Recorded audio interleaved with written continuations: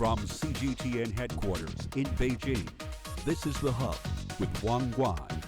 Hello and welcome to The Hub on CGTN. I'm Wang Guan in Beijing. A major policy signal to the private sector of China. On February the 17th, Chinese President Xi Jinping chaired a key meeting with China's leading private entrepreneurs. The long list of attendees includes founders and presidents of BYD, Huawei, Alibaba, DeepSeek, Tencent, and many others. Now, President Xi said the private sector will remain a cornerstone of China's economic growth and innovation and pledged unwavering support for the private sector. Will this meeting be a shot in the arm to the Chinese economy? And how will China's private enterprises navigate the current challenges? To discuss all these issues and questions, we're joined in Shenzhen by Xiao Geng, Associate Dean of School of Public Policy at Chinese University of Hong Kong, Shenzhen. And in Beijing, we have Zhou Chunsheng, Professor of Finance, Associate Dean at Cheung Graduate School of Business. Gentlemen, welcome to the program. Professor Xiao, let me go to you first. It's been a while since the Chinese president chaired a meeting like this one. What is the major policy signal he is trying to send here? Well, I think this is the strongest and the clearest signal that the Chinese policy makers realize that China can rely on private enterprises. They are very resilient. And also, the policymakers recognize there are tremendous challenges ahead, and they're trying to assure the private companies to have confidence. The government and the enterprise will work together to sort out all the challenges. So this is really very much, decisive and also a profound policy turning point. I mean, specifically, what did you pick up from President Xi's meeting and his talk with the private entrepreneurs in China? It was a very long speech and was widely covered by major Chinese news outlets. Well, I think the key is that the president not just pointed out all the challenges, specifically about the external environment and also some of the macro problems, but also emphasized that the Chinese private sectors already made tremendous contributions. So this is like the situation today is much complicated than a few years ago. They are both opportunities, but also very serious challenges, and you can see that the leaders understand this very much. Yeah, Professor Zhou, let me go to you, if I may. Let's break it all down. A large chunk of the business leaders attending the key conference comes from China's tech companies, including Huawei, Xiaomi, Issue Robotics, DeepSeek, and EV maker BYD. What do you make of the makeup of the private sector, representing the entrepreneurs, representing the private sector? Okay, President Xi called on private enterprises to unwavering follow the path of high-quality development, strengthen independent innovation, and strive to make more contributions to promoting scientific and technological innovation, cultivating new high-quality productive forces, and building modern industries. Those enterprises that have competitive advantages in high-tech, digital economy, AI, and green development will have particularly bright development opportunities. As we all see that in recent couple of years, China, including Chinese private enterprises, have made significant progress in many modern industries, such as like electric automobiles, AI, digital economy, and green energy, and whatsoever. So private enterprises are a very important force for driving China's economy to move forward, in driving China's economy, in the path of high quality development. That's the reason, President Xi called for this conference. Yeah, I mean, if you think about the challenges that these private Chinese enterprises have been navigating, arguably this conference, this meeting, couldn't have been more timely. Professor Xiao Geng, let me turn to you, if I may. Also attending the meeting was some, companies representing China's traditional sector. If you think about New Hope, that is China's largest food and agri-produce supplier. Jack Ma, of course, founder of Alibaba. Pony Ma, Ma Huateng, founder and president of Tencent. What do you make of this makeup again? Well, this is very important. President Xi actually trying to encourage private companies from all sectors, including some of the sectors suffered from previous policy volatility and external shocks.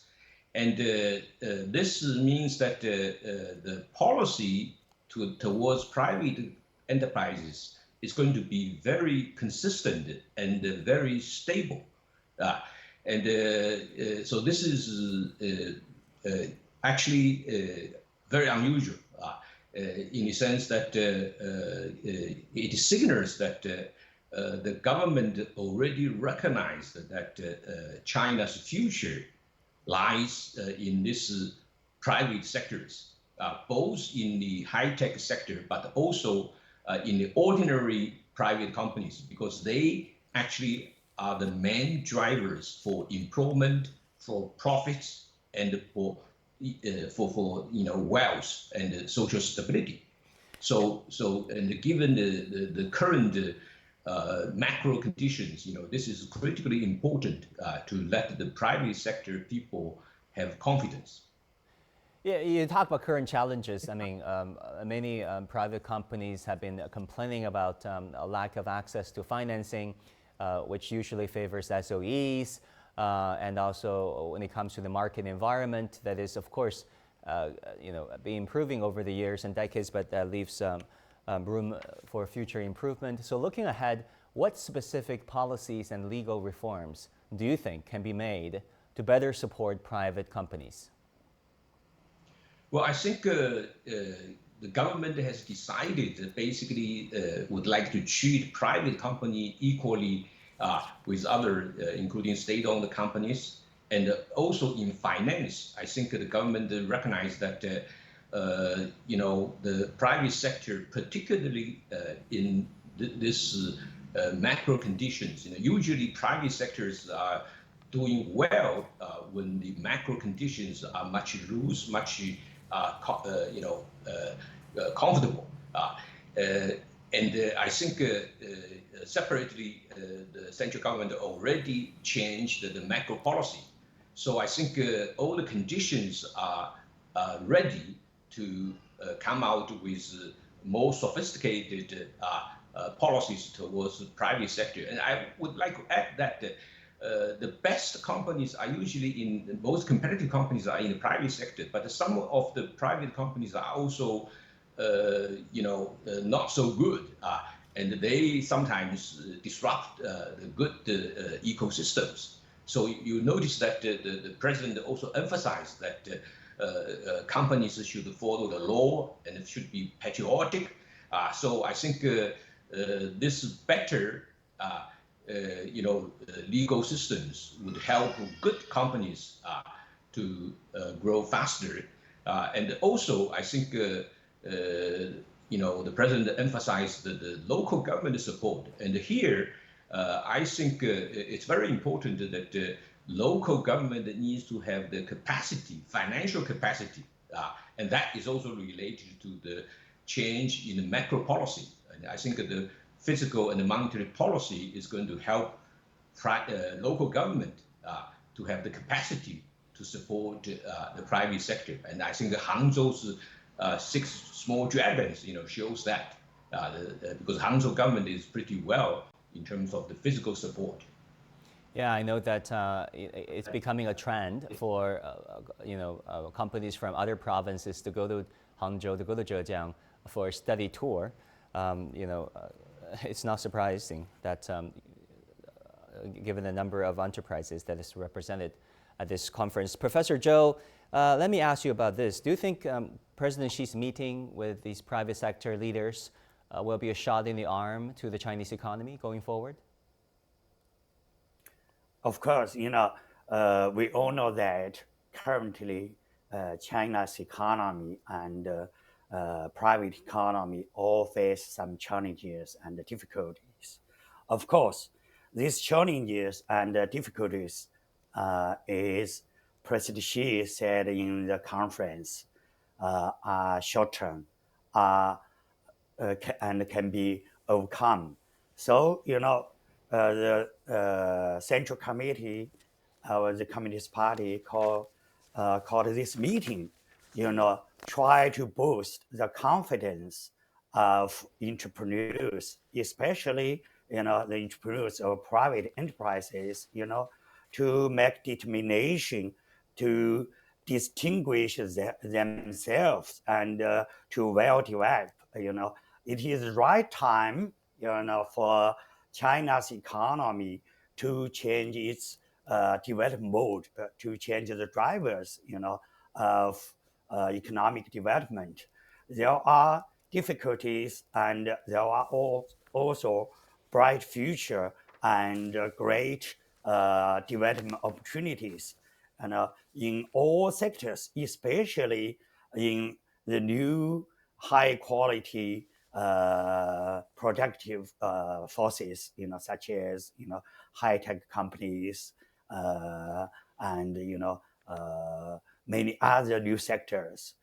I strongly believe in the future, private enterprises can play a very critical role in promoting the quality of China's economy and to support the sustainable growth of China's economy. Thanks for that sharing. Professor Xiao, how well positioned do you think Chinese companies, especially tech companies, are when it comes to bracing for upcoming U.S. restrictions, tech wars, or trade wars, whatever it may?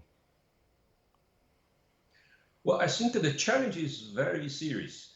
But even though Chinese companies are very, very competitive, but I think the government is trying to help them really to diversify, into the rest of the world other than the U.S. market. And I think this is really the direction because, China has the advantage of large scale and also very competitive. And so it's important to really use Hong Kong and use other market like ASEAN and the Middle East and other market to provide more opportunities for Chinese private companies. Thank you, gentlemen. Thank you for sharing. We learned a lot, and we'll take a short break. After the break, we'll be looking at Chinese Foreign Minister Wang Yi's European tour and forthcoming trip to New York to the United Nations, where he will be chairing a high-level meeting of the UN Security Council. Stay with us.